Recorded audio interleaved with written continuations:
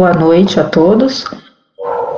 Queria inicialmente agradecer o convite do professor André para poder falar com vocês um pouquinho sobre trauma abdominal, um trauma tão comum, né, no dia a dia da clínica e da cirurgia, né, e aí a gente vai dar um enfoque também, conversar esse pouquinho sobre esse trauma abdominal, dando enfoque, abordagem cirúrgica e não cirúrgica nesses pacientes. Então, eu quero que a gente pense, depois, que vocês pensem depois dessa palestra, qual a melhor abordagem para esse paciente? É só cirúrgica? Todo trauma do abdominal, a gente tem que ter uma abordagem só cirúrgica? O animal tem que ser levado para a mesa da cirurgia sempre? Tá? Então, nosso intuito aqui é conversar um pouquinho com vocês sobre isso hoje. Tá? Então, meu nome é Patrícia, sou professora da Escola de Veterinária da UFMG, professora de técnica cirúrgica. Sou responsável pelo serviço de cirurgia de emergência do Hospital Veterinário da UFMG. Então, nós vamos hoje abordar um pouquinho sobre trauma abdominal.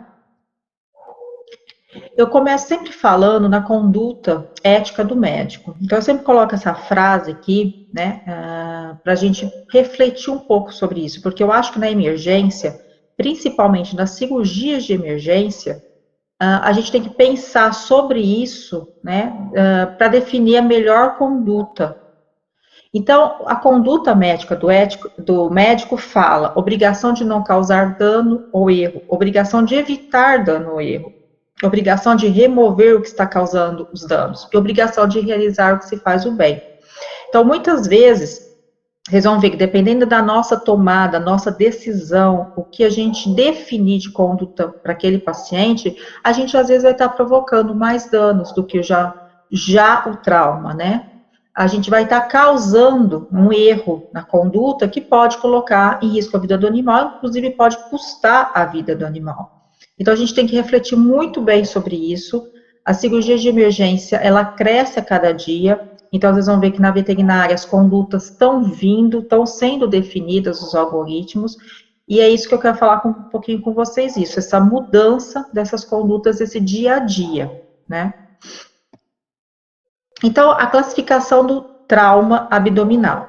O trauma abdominal, a gente tem o trauma aberto e o trauma fechado. O trauma fechado é também chamado de trauma contuso, e o trauma aberto, muitas vezes a gente fala como trauma penetrante, né?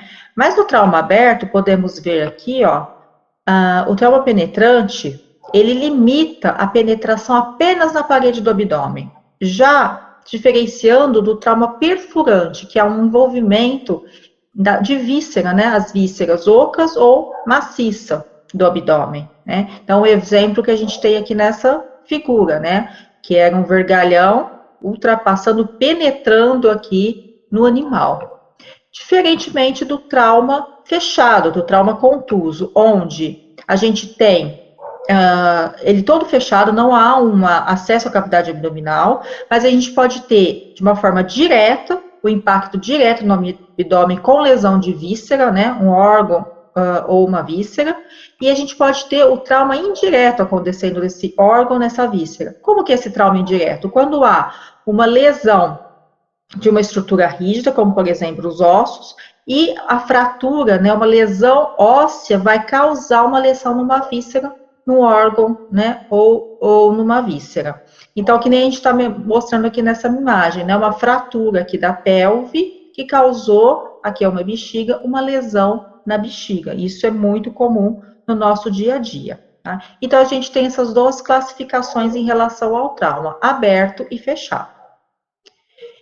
E esse paciente? Então, ele dá entrada, né, na clínica, no hospital veterinário, o que a gente tem que fazer? A primeira conduta nossa é a avaliação da urgência, né, é avaliar aquele paciente traumatizado. Então, a gente fala que tem uma avaliação primária e uma avaliação secundária.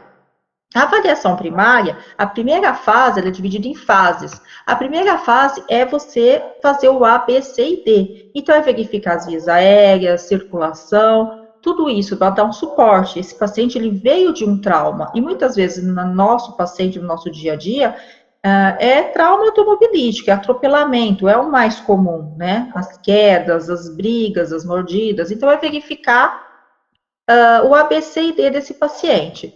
A segunda fase é o acesso ao suporte vital à vida. Então, ver se ele precisa ser entubado, ser canulado. Então, fazer esse suporte vital, né, à vida. A terceira fase é o controle dos sistemas vitais.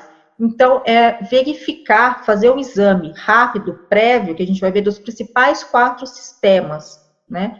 Então, é fazer uma avaliação desses sistemas, então, do sistema respiratório, circulatório, urinário, neurológico. Então, são os principais 4 sistemas. Então, fazer uma avaliação desse paciente.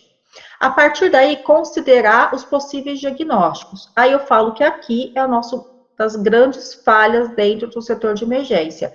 É considerar logo quais os possíveis diagnósticos desse paciente, para não atrasar as condutas, porque só através de possíveis diagnósticos é que a gente consegue fazer uma monitoração mais adequada e indicar alguns exames complementares essenciais para a gente fechar esse diagnóstico.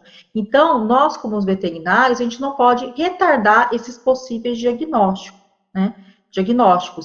Então, atenção isso dentro de um serviço de emergência, quando vocês atenderem um paciente com trauma, tá?